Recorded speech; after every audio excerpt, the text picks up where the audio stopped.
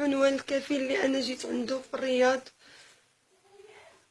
مخرج 33 او 34 ما عرفاش مزيان. ملي كنكون غاده في السياره كنشوف داك المخارج، وادي لبن او ضاحيه لبن، شارع تبوك قرب جامع الصالحي.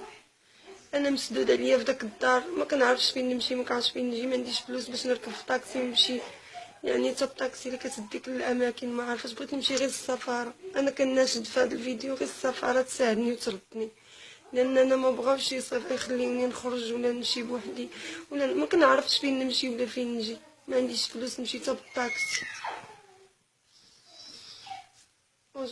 الله يعطيكم الستر، ساعدوني. راه والديا ما عندهمش باش يجيبوني، هو تيطلب الفلوس بزاف وما عندهمش والديا باش يجيبوني. كيقولوا لي والديك عطيونا الفلوس ونصيفطوك، ولو كيزيدوا على داكشي اللي صيفطوا انا ما عرفتش شحال شد هذاك، انا ما عارفاش. وانا وحلت وحصلت ولا حول لي ولا قوه.